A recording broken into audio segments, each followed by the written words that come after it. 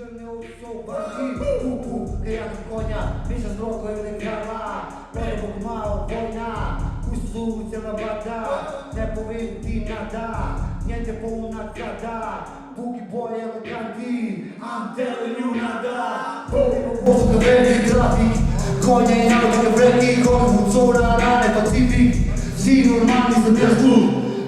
Mislim, kakorkoli mi pogledamo, mi smo imeli tudi srečo tudi v Kamniku, na koncu smo tudi dobili neko klet v mladinskem domu, pa smo pa to transformirali v studio. Tako da se mi zdi, da vsem, če iščeš, pa vedno najdeš nek način, kako bi lahko nekaj naredil. Če ta želja tako močna, ne? Super je, da obstaja neka infrastruktura, ki ti omogoča to, da se lahko izraziš. Nam so bili vedno bolj živi koncerti kot ti prek streama, ampak takšna je pač zdaj realnost. Je kapaciteta zelo omejena.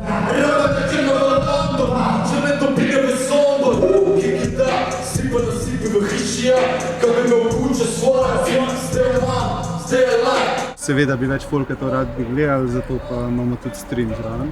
Mislim, malo bo mogoče hecen to, da bojo ljudje mogli sedeti, pa da bomo mi pač lahko skakali ledini. Saj nekdo se trudi, da se nekaj ohranja. Zdaj, če ni uživo, pa ni. Je pa uživo prek streama. Ne? Ja, pa še vsem je to kino Šiška. Tukaj v Šiški je tako dobra ta tehnična infrastruktura, da tudi, če bi igrali 6 ljudem, bi vseeno uživali, ker se pač toliko se dobro slišiš na odru, toliko štima ta sound, da je vedno užitek le igrati, tudi če je taka situacija, kakršna je zdaj. No. Ampak ja, mi smo pač sam veseli, da lahko igramo, tudi če sam za 150 ljudi.